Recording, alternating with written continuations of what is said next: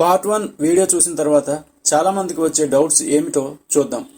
ఒకటి, వెనిజులా అనే దేశం ఇలాంటి సంక్షేమ పథకాలు అమలు చేసే కదా దివాలా తీసింది. మరి భారత్ అలా అవుతుందా? ఒకవేళ కాకుంటే ఎందుకు దివాలా తీయదు? 2, ప్రపంచానికి కరువు వస్తే మనపై పడే ఎఫెక్ట్ 25%. అదే భారత్ కరువు వస్తే మాత్రం 1000% ఎఫెక్ట్ ప్రపంచంపై పడుతుంది అంటే ఆశ్చర్యంగా ఉంది. మన దేశం సింగపూర్, మలేషియా, థాయిలాండ్ దేశాల కంటే గొప్పనా? వాళ్ళ డెవలప్మెంట్ ముందు మనం ఎంత? భారత్లో నోట్ల రద్దు తర్వాత ఆర్థిక వ్యవస్థ కుప్పకూలింది కదా. అసలు అవినీతి పరులు దాచుకున్న సొమ్ము బయటికే రాలేదు. ఇప్పుడు 3వ స్థానంలోకి పరుగు పెట్టేస్తుందట. ఎంతవరకు నిజం? అసలు భారత్ యుద్ధాలు వస్తే తట్టుకోగలదా? అప్పుడు మన ఆర్థిక వ్యవస్థ పైన మెట్టు. ఇంకా చాలా సందేహాలు ఉన్నాయి. భారత్ నెంబర్ 1 అనటమే కాదు, వాటికి సమాధానాలు కూడా కావాలి. మొదటగా, వెనిజులా అనే దేశం ఇలాంటి సంక్షేమ పథకాలు అమలు చేసే కదా దివాలా తీసింది. మరి భారత్ ఎందుకు దివాలా తీయదు? వెనిజులా అనే దేశం సంక్షేమ పథకాలు అమలు చేసి ప్రజలను కూర్చోబెట్టి మేపి విచ్చలవిడిగా డబ్బులు పంచింది. అసలు ధనం అవసరం లేకుంటే ప్రజలు ఎందుకు పనిచేస్తారు? ప్రతి వస్తువుని విదేశాల నుంచి దిగుమతి చేసుకునేవారు. ప్రతి ఒక్కరి దగ్గర డబ్బు ఉంటే ప్రజలు ఎందుకు పనిచేస్తారు? పని చేసేవారు లేక పరిశ్రమలు మూతపడ్డాయి. ఇక ఏకైక ఆదాయం చమురు ఎగుమతులు. మరి తిండి ఎక్కడి నుండి వస్తుంది? అది కూడా దిగుమతి చేసుకునేవారు. ప్రపంచంలో మనిషికి కావాల్సింది 3. 1 తిండి, బట్ట. 2 విద్య, వైద్యం. ప్రతి ఒక్కరి దగ్గర కావలసినంత డబ్బు ఉంటే తిండి పండించడం ఎందుకు? కొనుక్కొని తింటాం. బట్ట కూడా కొనుక్కుంటాం. విద్య, వైద్యం కోసం ప్రజలకు ప్రభుత్వాలు ఎంతైనా ఖర్చు పెట్టవచ్చు. ఇలా అన్నీ కూడా కొనుక్కుంటే కోట్లు కరిగిపోతాయి, బట్టలు చిరిగిపోతాయి, బూట్లు అరిగిపోతాయి. వెనిజులాలో కూడా అదే జరిగింది. మరి భారత్లో ఎందుకు జరగదు? 1వ తేదీ ఉదయాన్నే 2750 రూపాయల పెన్షన్ తీసుకుని 60 సంవత్సరాల రైతు పొలానికి వెళ్ళిపోతాడు. నడవలేని పరిస్థితి ఉంటే తప్ప. కూలివాడు పనికి వెళ్ళిపోతాడు.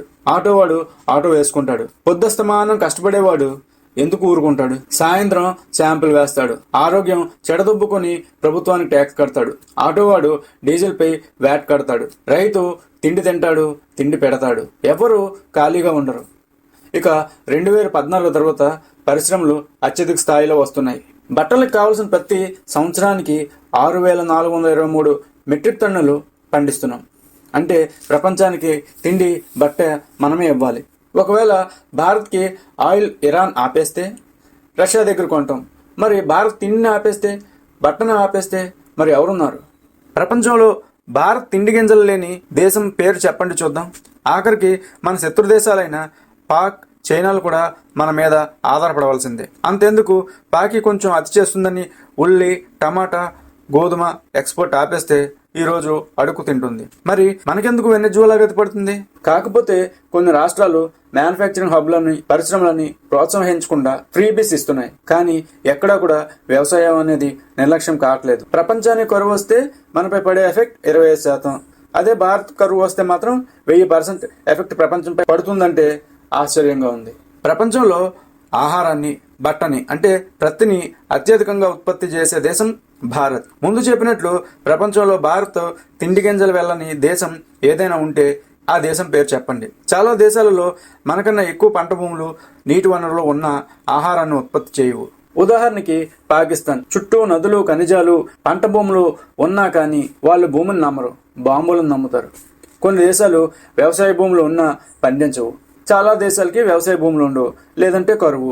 ఎటువంటి కరువు సమయంలోనైనా భారత్కి తిండి గింజలు ఉంటాయి. అలా అని భారతదేశ ప్రజలకు కావలసిన ఆహార ధాన్యాలన్నీ మనకు పండవు. ఉదాహరణకు పామాయిల్ మనం ఎక్కువ ఉక్రెయిన్, రష్యా, మలేషియా నుంచి దిగుమతి చేసుకుంటాం. అక్కడ కూడా మనదే పచ్చి. ఎందుకో ఒకసారి చూద్దాం. భారతదేశానికి మలేషియాకి విదేశీ వ్యవహారాలలో ఒక చిన్న విభేదం వచ్చింది అంతే. అక్కడ నుండి పామాయిల్ దిగుమతిలో ఆపేశాం. మలేషియా ఆర్థిక వ్యవస్థ కుదేలైంది. వెంటనే తేరుకున్న మలేషియా సంధి చేసుకుంది. 146 కోట్ల జనాభాకి ప్రపంచంలో అన్ని దేశాల నుండి వివిధ రకాల వస్తువులు కావాలి. అంటే ప్రపంచ దేశాలకు మనం తిండి, బట్ట ఇవ్వాలి. వారితో వాణిజ్యం, వర్తకం కూడా చేయాలి. ఇంకో ఉదాహరణ, ఉక్రెయిన్ యుద్ధం తరువాత రష్యా నుండి చమురు ఎగుమతులు యూరప్ దేశాలు ఆపేశాయి. మనం చేయూతనిచ్చాం. దెబ్బకి రష్యా ఆర్థిక వ్యవస్థ గాడిన పడితే యూరప్ ఆర్థిక వ్యవస్థ కుదేలైంది. ఇలాగే ప్రపంచంలో అన్ని దేశాలకి వ్యాపారం ఇస్తున్నాం. భారత్తో వాణిజ్యం లేని ఒక్క దేశాన్నైనా ప్రపంచ పటంలో చూపించండి. తిండి పెట్టే మనకే కరువు వస్తే ప్రపంచానికి తిండి ఎవరిస్తారు? అందుకే భారత్ కరువు వస్తే ప్రపంచంపై పడే ఎఫెక్ట్ 1000%. ఇది అవునన్నా కాదన్నా. మన దేశం సింగపూర్, మలేషియా, థాయిలాండ్ దేశాల కన్నా గొప్పనా? వాళ్ళ డెవలప్మెంట్ ముందు మనం ఎంత? మరి ఎవరు గొప్ప? సింగపూర్ జనాభా 50 లక్షలు, మలేషియా జనాభా 34 లక్షలు, థాయిలాండ్ జనాభా 72 లక్షలు. ఈ ప్రశ్నకు సమాధానం ఒకటే. అదే జనాభా మన దగ్గర ఉంటే మన దేశం 1000 అమెరికాలు అయ్యేది. మన దేశ జనాభా ఆయా దేశాల్లో ఉంటే పాకిస్తాన్ కంటే 10 రెట్లు ఎక్కువ అడుక్కు తింటాయి. మరి ఎవరు గొప్ప? మీరే ఆలోచించండి. భారత్లో నోట్ల రద్దు తర్వాత ఆర్థిక వ్యవస్థ కుప్పకూలింది కదా. అసలు అవినీతి పరులు దాచుకున్న సొమ్ము బయటికే రాలేదు. ఇప్పుడు 3వ స్థానంలోకి పరుగులు పెట్టేస్తుందట. ఎంత నిజం? నిజానికి నోట్ల రద్దు తర్వాత మన ఆర్థిక వ్యవస్థ కృంగిపోయింది అనేది కొన్ని మీడియా సంస్థల కల్పన మాత్రమే. ఉదాహరణకి, నా దగ్గర బ్లాక్ మనీ లేదు, కాస్త సమయం తీసుకుని ఉన్న నోట్లను డిపాజిట్ చేస్తాను. నా దగ్గర డబ్బులు లేకపోతే రూపాయి నుండి 1,00,000 వరకు డిజిటల్ ట్రాన్సాక్షన్స్ చేస్తాను. ఉదాహరణకు ఫోన్పే, పేటిఎం, గూగుల్ పే, ఇంకా చాలా ఉన్నాయి. ప్రపంచం మొత్తం చేసే డిజిటల్ ట్రాన్సాక్షన్ కన్నా భారత్ చేసే ట్రాన్సాక్షన్స్ సుమారు 3 రెట్లు ఎక్కువ. చైనా ట్రాన్సాక్షన్స్ చేయడంలో 2వ స్థానంలో కూడా లేదు. ఉదాహరణకి, భారత్ 100 మిలియన్ ట్రాన్సాక్షన్స్ చేస్తే టాప్ 10 ధనిక దేశాలు అన్నీ కలిపి 40 మిలియన్ ట్రాన్సాక్షన్ చేశాయన్నమాట. మరి చైనా జనాభా 142 కోట్లు, ఎంతో అభివృద్ధి చెందిన దేశం, కానీ కేవలం 16 మిలియన్ ట్రాన్సాక్షన్ మాత్రమే చేసింది. ఇక నోట్ల రద్దు తర్వాత ఎక్కువ నష్టపోయింది పాకిస్తాన్, బంగ్లాదేశ్, నేపాల్. మన రాజకీయ నాయకులు పాకిస్తాన్, బంగ్లాదేశ్, నేపాల్లో విచ్చలవిడిగా దొంగ నోట్లు ప్రింట్ చేసి కాశ్మీర్లో రాళ్ల బ్యాచ్లకు ఉద్యోగ కల్పన చేసేది పాకిస్తాన్. ఉద్యోగ కల్పన అంటే అదేమి పరిశ్రమలు పెట్టడం కాదు, నోటిచ్చి మన ఆర్మీపై, మన జనాలపై రాళ్లు వేయడం. పాకిస్తాన్ అడుగు తినటంలో నోట్ల రద్దు పాత్ర కూడా ఉంది. నోట్లు ప్రింట్లు చేసి విచ్చలవిడిగా అక్రమ మార్గంలో భారత్లోకి పంపి సొమ్ము చేసుకునేది. ఇప్పుడు ఆ అవకాశం లేదు. ఈ రోజు పల్లె నుండి పట్టణం దాకా రూపాయి నుండి లక్షల రూపాయలు ఎక్కడికైనా సెకండ్లలో పంపేస్తున్నాం. దీనివల్ల బ్యాంకింగ్ వ్యవస్థ ఎంత బలపడింది? మరి భారత్ ఆర్థిక వ్యవస్థ కుప్పకూలిందా, మెరుగుపడిందా? మీరే చెప్పండి. అసలు భారత్ యుద్ధాలు తట్టుకోగలదా?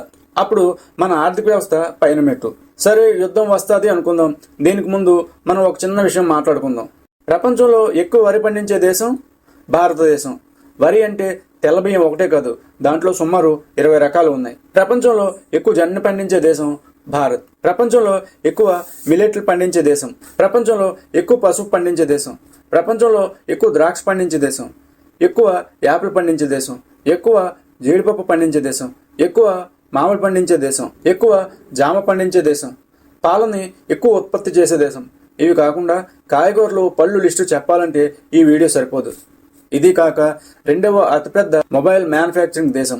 ఇన్ని పెట్టుకుని మనతో యుద్ధం చేసే ధైర్యం ఎవరికుంది? అసలు యుద్ధం వచ్చేదే అయితే 2020 చైనా గాల్వన్ లోయలో వాళ్ళ సైన్యం 143 మంది చచ్చినప్పుడే వచ్చేది. ఇవన్నీ ఆలోచించి ఎందుకు చేస్తుంది? ఇక ప్రపంచంలో ఏ దేశం యుద్ధాలు చేసినా తట్టుకోలేదు.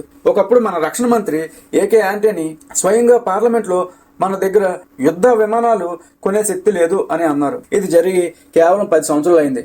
అలాంటిది ఈరోజు తేజస్ యుద్ధ విమానాలను భారత్లోనే తయారు చేసే స్థితికి ఎదిగింది. చైనా సైన్యం కూడా భారత్ సైనికులను చూసి భయపడే స్థితికి చేరింది భారత్. ఇక పాకిస్తాన్తో యుద్ధం అంటారా? అది మనం బాంబులతో కాదు, బంగాళదుంప, టమాటా, వరి, గోధుమ సప్లై ఆపేస్తే చాలు, యుద్ధం అయిపోయినట్లే. ఉక్రెయిన్ రష్యా యుద్ధం ఏం నేర్పించింది? పిచ్చుకను బ్రహ్మాస్త్రంతో కొట్టినా కూడా తిరగబడుతుంది. ఇక యుద్ధాలు అంటే వస్తే 2 వైపులా నష్టం తప్పదు.